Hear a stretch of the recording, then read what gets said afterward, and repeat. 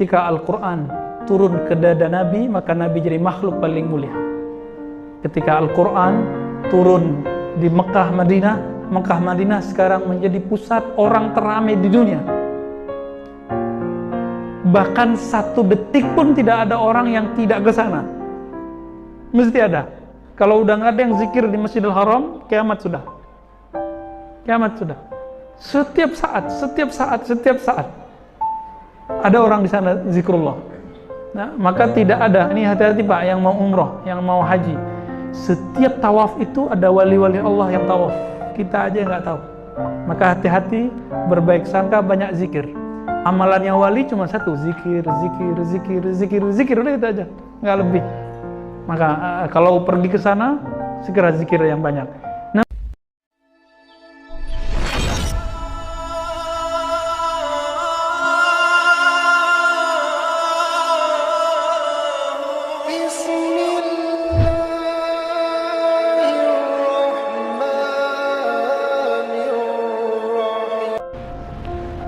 Tadi ayat yang dibaca, Syahrul Ramadan alladzi unzila fihi al-Qur'an.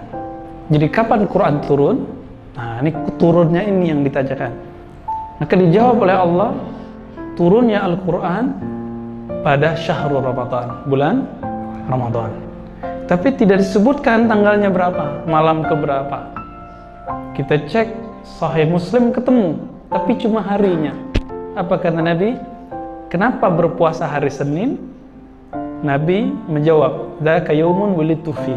Itu hari aku dilahirkan, wa unzila ilayya, dan diturunkan Al-Quran kepadaku malam itu.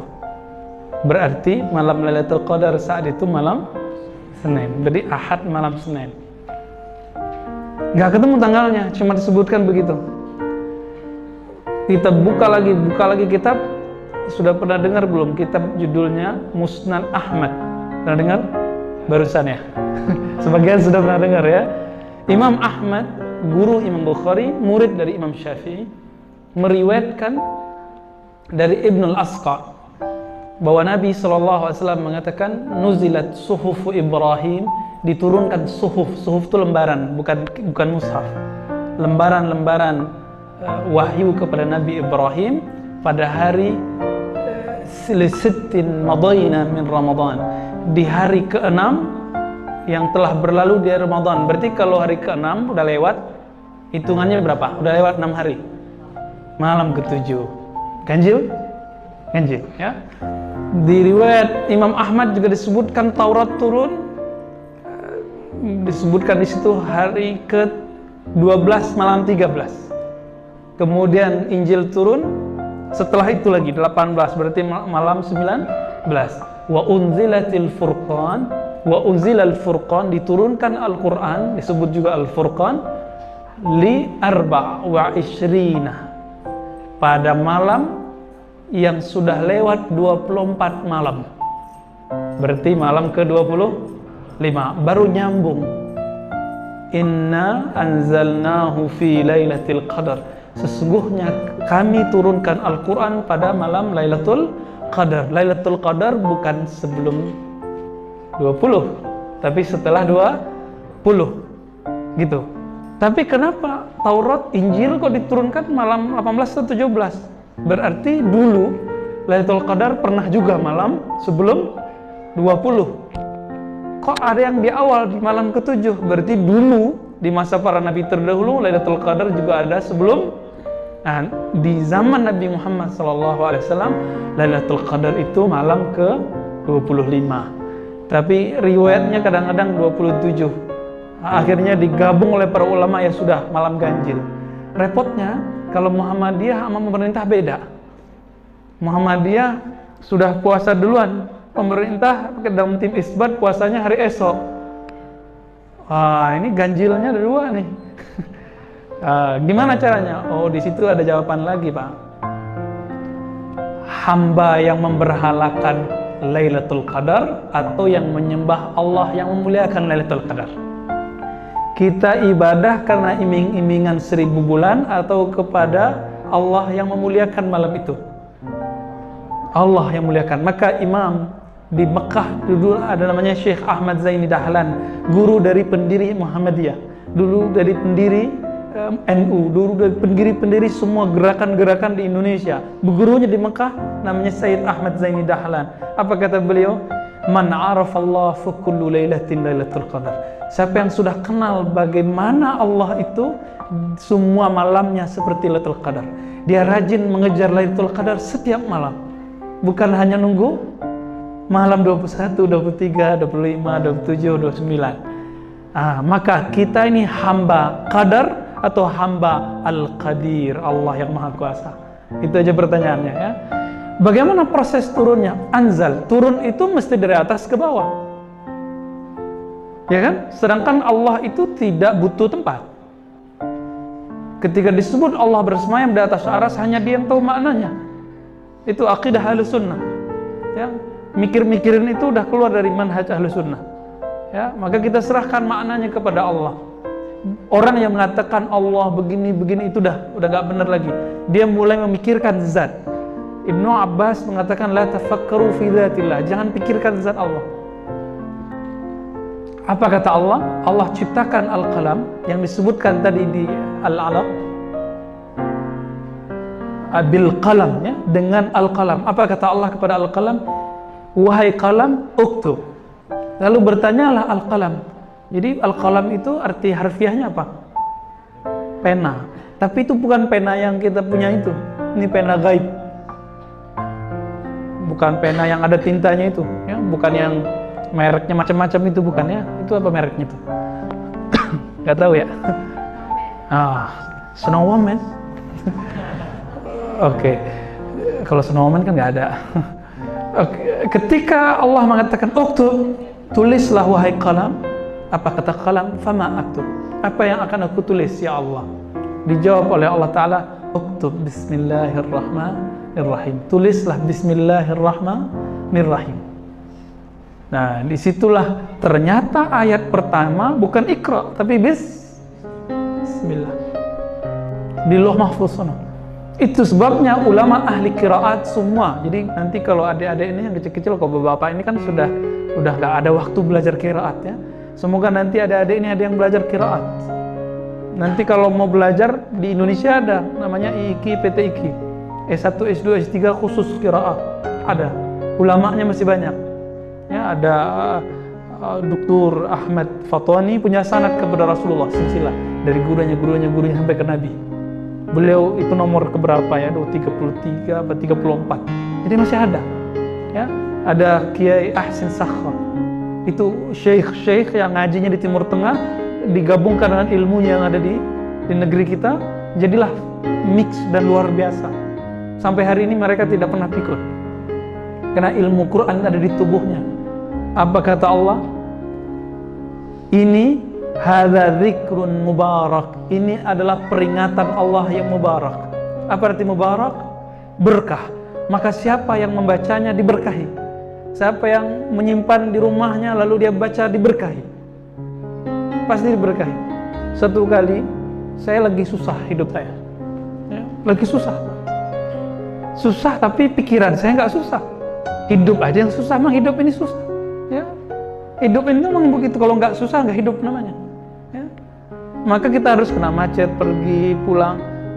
Akhirnya saya ingat-ingat ayat apa yang menyebutkan Tuhan, apa Al-Quran itu suci, Al-Quran itu la yamassuhu ilal mutahharun, dan segala macamnya. Oh, ini Al-Waqi'ah. Maka kita baca Al-Waqi'ah berkali-kali. Kira-kira 7 kali saya berhenti.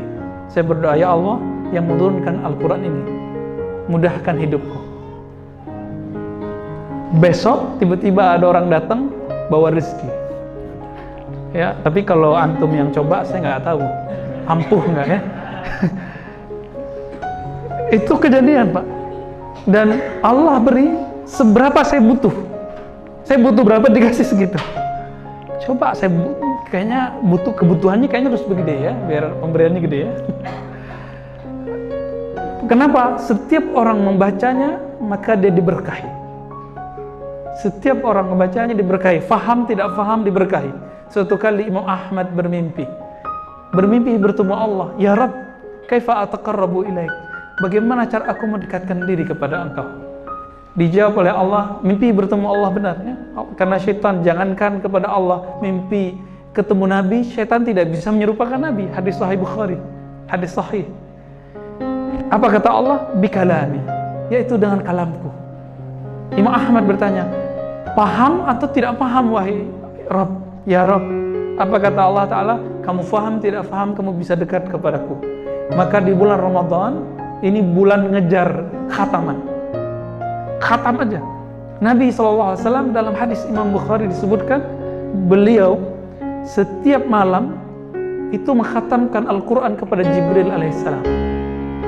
Baca Quran, hina yalqahu Jibril, ketika Jibril datang. Yu'riduhu ala Jibril, di riwayat kedua, beliau nyetor hafalannya ke Jibril. Bayangkan selevel Nabi masih setoran hafalan dengan nama Jibril. Maka kalau ada hafiz Quran, walaupun sudah hafal Al-Quran 6 bulan, nggak di murojaah, hilang. Jadi bapak-bapak yang punya anak ingin jadikan hafiz, jangan buru-buru Pak, taruh aja di pesantren yang sudah terbukti hafal Qurannya bertahap, berkurikulum. Nggak usah ikut yang aneh-aneh, 40 hari hatam. Saya percaya itu mungkin, namun hilangnya juga cepat, secepat mungkin. Cepat hafal, cepat hilang. Yang susah dari menghafal itu bukan menghafal, tapi menjaga hafalan. Cepat hilangnya. Maka Bapak Ibu jangan terlalu memaksa anak untuk hafal Quran. Nah, apa kata Allah? Kenapa Quran diturunkan? Beda dengan Taurat. Taurat turun langsung dari Lauh Mahfuz turun ke langit dunia, langsung ke Tur Sina. Langsung, dan itu tertulis di batu, langsung ditulis. Maka kemudian apa bedanya dengan Quran? Allah mengatakan linusabbita bihi fuadak. Al-Quran pun Allah turunkan bertahap supaya hafalannya mantap. Jadi Nabi berapa lama menghafal Quran?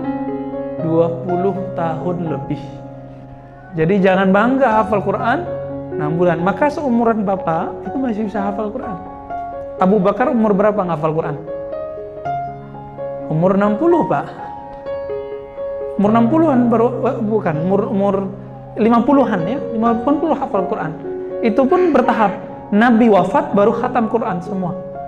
Umur berapa Nabi wafat? Umur 63. Abu Bakar umurnya sebelumnya 61 atau 62. Berarti Abu Bakar baru hafal Al-Quran semua umur 63, 61. Jadi Bapak-bapak coba deh ya, kepala kita ternyata gede sekali Pak. Itu banyak yang kosong, keisi sama iklan ya, nonton TV, iklan-iklannya masuk dalam tuh ya, YouTube sama iklannya masuk dalam semua, buang-buang memori. Kenapa tidak dimasukkan Al-Quran? Ya, kita sudah katakan ya bahwa ini zikrun mubarak, ini adalah peringatan yang diberkahi. Namun kebanyakan orang kalau belajar Quran, belajar pengajian itu takut. Kenapa? Takut dapat beban, dibantah oleh Allah Ta'ala. Dalam surah Thaha Allah mengatakan, ma anzalna alaikal qur'ana litashqa, kami tidak turunkan Al-Quran kepadamu untuk membebanimu. Maka orang yang sudah kenal Allah itu bukan beban, tapi kenal Allah itu lebih indah daripada kenal lawan jenis yang kita cintai. Sekarang lagi ramai sesama jenis ya, repot sekali tuh. Ini kita cinta seseorang, jatuh cinta, kita kenal dia, itu bukan main indahnya. Seakan-akan dunia itu indah semua. Apalagi mengenal Allah yang menciptakan orang yang kita cinta itu. Maka jika dapat, dulu zaman-zaman bapak-bapak ini ya, kan masih kirim-kirim surat Pak ya. Ya, kalau dapat surat dari sang kekasih bagaimana rasanya? Gemetaran mau bukanya ya. Makanya Nabi SAW ketika dapat surat cinta dari Allah, badannya bergetar. Nah ini kita jelaskan bagaimana cara turun wahyu.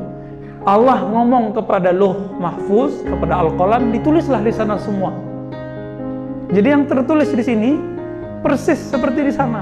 Bedanya di sana tidak pakai tinta ini, di sana nggak pakai kertas ini, di sana lebih mulia, lebih mulia. Maka orang-orang yang menyimpan memori Al-Quran di dadanya, di kepalanya, dia telah meniru Lauh Mahfuz sana. jika connect kalbunya, jika betul ikhlas dia menghafalkan Quran, maka bacaannya itu menggetarkan tubuhnya, menggetarkan darahnya, menggetarkan dagingnya, menjadi darah dagingnya. Maka orang-orang ini ketika mati, bumi tidak berani untuk memakan tubuhnya. Itu rahasianya. Kenapa? Mubarak, diberkahi. Ya. Jangankan itu Pak, kita datang ke Ustadz, minta tolong Ustadz, tolong bacain ke air ini Al-Fatihah. Langsung ampuh. Ya. Bener nggak? Baru Al-Fatihah. Kadang kita nggak sempat Bismillah doang. Imam Ahmad nggak sempat baca. Satu kali datang seorang ayah kepada Imam Ahmad, "Ya Aba Abdullah, wahai ayah Abdullah Ahmad bin Hanbal, putriku kesurupan, diganggu jin, nggak tahu kenapa. Tolong bantu aku." Apa kata Imam Ahmad? "Saya lagi sibuk bantu ibu saya. Udah, ini saya punya sendal yang saya pakai untuk baca Quran, khatam Quran sambil jalan." Jadi Imam Ahmad itu sembali jalan tuh baca Quran, Pak. Kasih. Dibawalah oleh si bapak. Cuma diginin, ketuk di kepala si perempuan, langsung bangun dia. Langsung sadar, cantik lagi dia. Tapi ketika Imam Ahmad meninggal, balik lagi jinnya. Kenapa? Dia masih bersandar kepada sendal, belum bersandar kepada Allah Ta'ala. Nah, bagaimana hebatnya? Itu belum Qurannya, baru sendal yang pakai Quran. Sendal orang yang hafiz Al-Quran. Tapi pertanyaannya sekarang yang hafiz Quran kayak Imam Ahmad nggak sih? Itu problemnya hari ini. Apakah Al-Quran itu betul-betul mengalir ke tubuhnya, mengalir ke jiwanya, mengalir ke otak pikirannya? Nah, itu persoalannya. Ya. Imam Syafi'i itu bisa ngitung berapa alif lam di dalam Al-Quran. Kenapa? Seperti Nabi, Imam Syafi'i pengen tiru. Maka Imam Syafi'i dari subuh sampai maghrib khatam 1. Dari maghrib sampai subuh lagi khatam 1. Berarti sebulan Al-Quran khusus Ramadan 60 kali. Khusus Ramadan. Karena Ramadan itu bulan kuantitas. Yang penting angkanya banyak. Angkanya banyak. Maka Imam Syafi'i bisa mengkhatamkan 60 kali Al-Quran. Sudah khatam belum Qurannya? Sebagian udah? Belum ya. Santri kita di Ma'had sudah khatam Quran. Ada yang sudah khatam berkali-kali. Saya ketemu orang tua teman kita, orang Buton sana, itu bangun pesantren Pak, tapi nggak ngerti bahasa Arab. Tapi dulu dia pernah pengaji, kayaknya mungkin pernah belajar tapi lupa. Belajar ke gurunya, tuan gurunya bilang, Quran itu sudah lebih dari segala-galanya. Lalu dia nanya lagi, "Pak Kiai, ajarkan saya ilmu yang keren, zikir yang mantap. Emang ada yang lebih tinggi dari Al-Quran? Udah kamu amalkan Quran." Itu Qurannya Pak, Quran lama, dibawa kemana-mana. Waktu teman saya wisuda, Qurannya udah lecek, ya, udah nggak ada covernya. Ternyata beliau sepekan bisa khatam 3 kali. Jadi sehari 10 juz, sehari 10 juz, sehari 10 juz. Itu kalau ada yang nyakitin beliau, bukan beliau yang perlu membalas, Allah yang langsung balas. Beliau ada hajat, Allah yang memudahkan urusannya, bukan beliau yang susah mengurusnya. Itu orang yang sudah cinta Quran. Dia baca Qurannya terus. Jadi kalau nggak baca Quran sehari itu kayak nggak ketemu makan nasi. Jadi Quran itu bagi dia makanan. Udah dijadiin makanan belum bagi rohani kita? Belum ya? Cemilannya Quran gitu. Ini kita cemilannya masih YouTube ya, TV. Masih itu. Gimana kemudian akan menjadi kekasih Allah? Apa pasrah makan Allah? Dari Lauh Mahfuz. Lauh Mahfuz itu di atas langit 7, terus turun, dan satu huruf itu dikawal malaikat. Nah, ini kita sebutkan satu kisah aja. Masih ingat surah Al-Hasyr? Huwallahu alladzi la ilaha illahu alimul ghaibi wasyahadah huwar rahmanur rahim. 3 ayat terakhir. Itu ayat dikawal dari langit sana sampai turun ke langit dunia, belum turun ke bumi. 70.000 malaikat. 70.000 minal malaikah. 70.000 malaikat. Dalilnya dalam Sunan Abu Dawud. Hadisnya hasan. Hadis hasan sama seperti hadis sahih dalam Hujjah. Lalu bagaimana dengan hadis ini? Ini 3 ayat dibawa oleh 70.000 malaikat. Bagaimana kalau 7 ayat?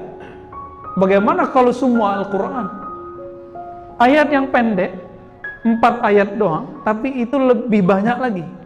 Al-Ikhlas, Qul Huwallahu Ahad, itu yang mikul turun ke bawah banyak, Pak. Bahkan turun berkali-kali. Maka disebutlah Al-Ikhlas sepertiga Al-Quran. Jadi setiap ada orang membaca Al-Quran, itu malaikat yang tadi bawa itu, dia akan datang lagi. Mau nggak ditemenin malaikat? Ditemenin jin atau temenin malaikat maunya? Tapi jangan heran, jin itu hafal Quran juga sebagian. Dalam kesurupan dibacain ayat, dibacain balik sama dia. Maka bedanya apa? Ruqyah itu bedanya dengan membaca. Ruqyah qiraah kan beda. Ruqyah itu mesti disembur. Itu baru ada efeknya. Kalau kita baca-bacain doang ya dia baca lagi. Apalagi jinnya tinggal dekat masjidnya, hafal di ayat kursi, Pak. Nah, jadi Al-Quran turun pertama kali turun ke langit dunia, semuanya. Semua Al-Quran itu turun ke langit dunia. Maka turun perlahan-lahan. Nah, bismillah turun Iqra, turun Muzammil, Muddathir, Wadduha, terus sampai kemudian Idza Jaa Nasrullah dan ayat riba dan Al-Yawma Akmaltu Lakum selesai. Dan itu panjangnya bukan main. Supaya apa? Linusabbita bihi fuadak, supaya orang menghafalnya mudah. Jadi jangan tergesa-gesa, wala tu'ajjil, ya. Jangan tergesa-gesa. Jangan menghafal pakai hawa nafsu, menghafal pakai qalbu. Karena Quran linusabbita bihi fuadak. Fuad itu qalbu. Quran itu untuk qalbu. Syifa lima fis sudur, mengobati qalbu. Enggak ngobatin otak dia. Otak itu tergantung qalbu. Qalbu benar, otak benar. Kenapa? Idza salaha salahal jasadu kullu. Kalau qalbu benar, semuanya benar. Maka saya dulu waktu masih MTS belajar Al-Quran itu kayak mau disiksa, Mbak. Nggak suka. Jadi paling benci itu guru bahasa Arab sama guru Quran hadis. Tapi ternyata Allah itu berkehendak lain. Allah itu merubah hati secepat mungkin. Tiba-tiba saya ketemu ada seorang ulama Muhammadiyah tua yang sudah lama mengajarkan, kalau di kampung saya namanya ngaji makna. Huruf per huruf diajarin, ya. Bismi, dengan ismi nama Allahu, Allah Rahman menyayang, Rahim pengasih, atau dibalik gitu ya. Alhamdulillah segala puji, terus. Dan itu indah sekali. Cuma ngaji beberapa bulan, saya kemudian langsung jadi terbaik bahasa Arabnya di kelas. Kenapa? Cuma karena keberkahan ngaji Quran. Maka dengan Quran, otak saya bisa menjadi agak sedikit brilian lah, ya. Walaupun nggak brilian-brilian amat, ya. Nggak jadi juara umum, nggak. Tapi untuk Quran kita nomor 1 di zaman itu. Dan dengan izin Allah, selama 3 bulan ngaji kitab gundul, kitabnya nggak ada baris, langsung bisa ngomong. Langsung bisa ngomong dengan izin Allah. Kenapa? Babul hub, bab cinta. Ternyata orang yang belajar pakai cinta nggak perlu ngafal. Maka adik-adik, supaya gampang belajar ilmu apa aja, cintai gurunya, cintai ilmunya. Bukan cinta love yang itu, ya. Tapi sayang hormat. Nah, jadi sempat berpikir begini, kalau bisa semua pelajaran itu Al-Quran aja atau bahasa Arab aja. Jadi udah nggak senang sama yang lain. Nah, itu saking cintanya. Jadi kalau udah masuk guru bahasa Arab, kayaknya 2 jam di kelas rasanya 2 menit.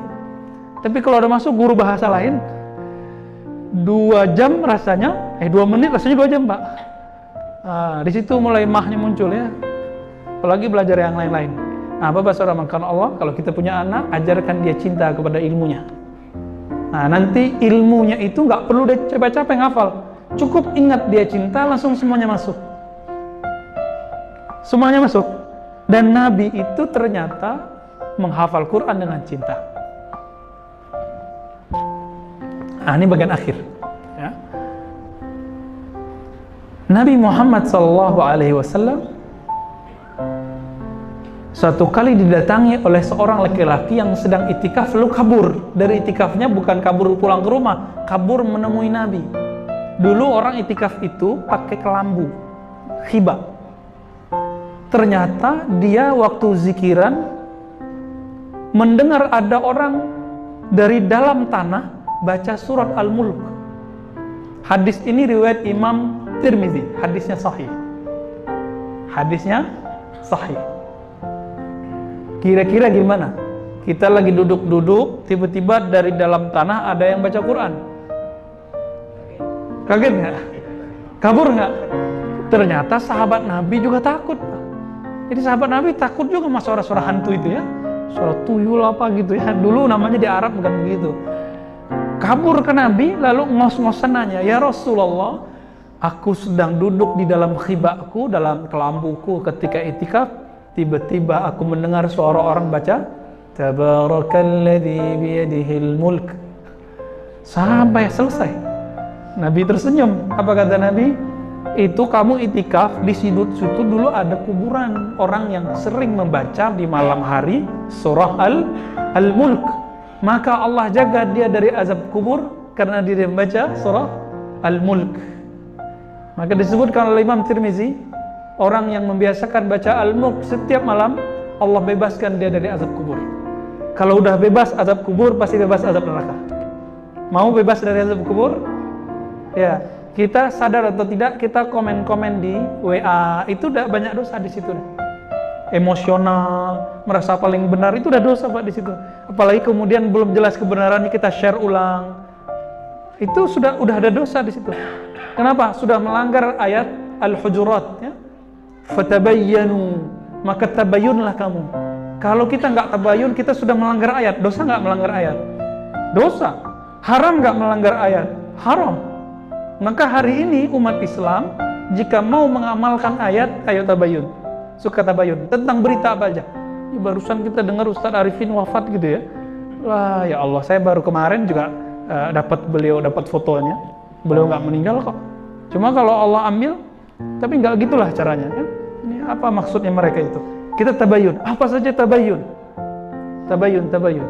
Nabi SAW mengatakan orang yang baca surah Al-Mulk di malam hari sebelum tidurnya, maka Allah akan bebaskan. Yang sudah hafal, ada yang hafal Al-Mulk nggak? Ada yang hafal Al-Mulk nggak? Kasih hadiah. Bukan kurma. Ada yang hafal nggak? Wah, nggak ada. Nggak ada ya? Nggak jadi dapat 100.000 ya. Ya, nah ini Bapak Ibu, saudara makan Allah. Jadi Al-Quran itu, ini pendek cerita. Sebenarnya kitabnya panjang sekali. Imam Suyuti, Imam Zarkashi menyebutkan bagaimana proses turun itu panjang. Mulai dari Lauh Mahfuz ke langit dunia, turun bertahap-tahap. Kemudian ayat turun pada zaman ini, zaman itu. Kalau kita jelaskan kayak di Masjid Raya malam tadi ya, pada bengong ini kuliah apa ceramah ini. Oke, kira-kira itu Bapak Ibu. Karena Allah, kesimpulan sederhananya, ketika Al-Quran turun ke dada Nabi, maka Nabi jadi makhluk paling mulia. Ketika Al-Quran turun di Mekah Madinah sekarang menjadi pusat orang teramai di dunia. Bahkan 1 detik pun tidak ada orang yang tidak ke sana. Mesti ada. Kalau udah nggak ada yang zikir di Masjidil Haram, kiamat sudah. Kiamat sudah. Setiap saat ada orang di sana zikrullah. Nah, maka tidak ada, ini hati-hati Pak yang mau umroh, yang mau haji. Setiap tawaf itu ada wali-wali Allah yang tawaf. Kita aja nggak tahu. Maka hati-hati, berbaik sangka, banyak zikir. Amalannya wali cuma satu, zikir, udah itu aja, nggak lebih. Maka kalau pergi ke sana, segera zikir yang banyak. Namun di luar Mekah kan juga ada. Okay. Ada imam itu mulia karena dia hafal Quran atau hafal novel? Hafal Quran. Seorang ulama dianggap ulama besar karena dia hafal Al-Quran atau paham Al-Quran. Maka belajar Quran itu ada levelnya. Pertama belajar membaca. Nah, kita ini mohon maaf, rata-rata kita di sini sudah berhenti. Malah dirayain sudah bisa baca Quran, khatam Quran. Gak apa-apa, khatam Quran itu amalan ulama salafus saleh. Ibnu Umar selesai khatam Quran selalu mengundang orang makan bareng di rumahnya. Ya, ini sunnah yang sudah mulai mati. Ya? Kita cuma habis belajar Quran baru dirayakan. Kalau Ibnu Umar enggak. Setiap selesai, maka dia undang orang makan. Dan riwayatnya sahih. Ibnu Abbas juga begitu. Murid-murid Abbas, Mujahid, Muqatil, semuanya begitu. Ya. Maka orang-orang yang mengundang setelah dia khatam Quran, orang-orang soleh, dia telah mengamalkan sunnah. Nah, nanti silakan Pak diamalkan. Undang imam kita, undang sahabat kita. Kalau nggak bisa banyak, ya berapa orang. Ya. Dan doa mustajab di akhir khatam Quran. Oke, level pertama itu baca. Level 2 apa? Belajar menerjemah. Nah, ini yang dilakukan di pesantren. Pesantren itu cuma proses menerjemah. Maka tamat pesantren belum bisa jadi ahli tafsir. Masuk S1 belajar cara mentafsir tapi baru ilmunya, belum prakteknya. Maka SAG, SPD, STHI, apalagi LC sama, itu saya S1 semua. Itu baru belajar cara mentafsir, belum mentafsir, baru ulumul Quran. S2 baru belajar qiraat biasanya kalau di jurusan Quran. S3 baru belajar mentafsir. Nah, karena kita tidak semua bisa ahli tafsir, maka sekarang ada namanya tafsir maudhu'i, tafsir tematik. Dia ambil satu tema lalu dia tafsir. Karena nggak mungkin kita mentafsir seperti imam-imam terdahulu, kecuali punya waktu banyak dan punya ilmu banyak. Di Quran kan min kulli mathal, semua perumpamaan ada di Quran. Tidak semua hal ada di Quran, tapi semua perumpamaan ada di pemilu ada di Quran nggak? Nggak ada, tapi perumpamaan tentang itu ada semua di sini. Ada semua di sini ya. Orang-orang sekarang sibuk politik ada di sini. Orang-orang akan tengkar masalah politik ada semua di Quran. Dijelaskan oleh Nabi dan dipertegas oleh para ulama. Dari dulu sudah ada permisalannya. Makanya Al-Quran tidak dibuat detail. Kalau detail nanti dia cuma berlaku di zaman tertentu.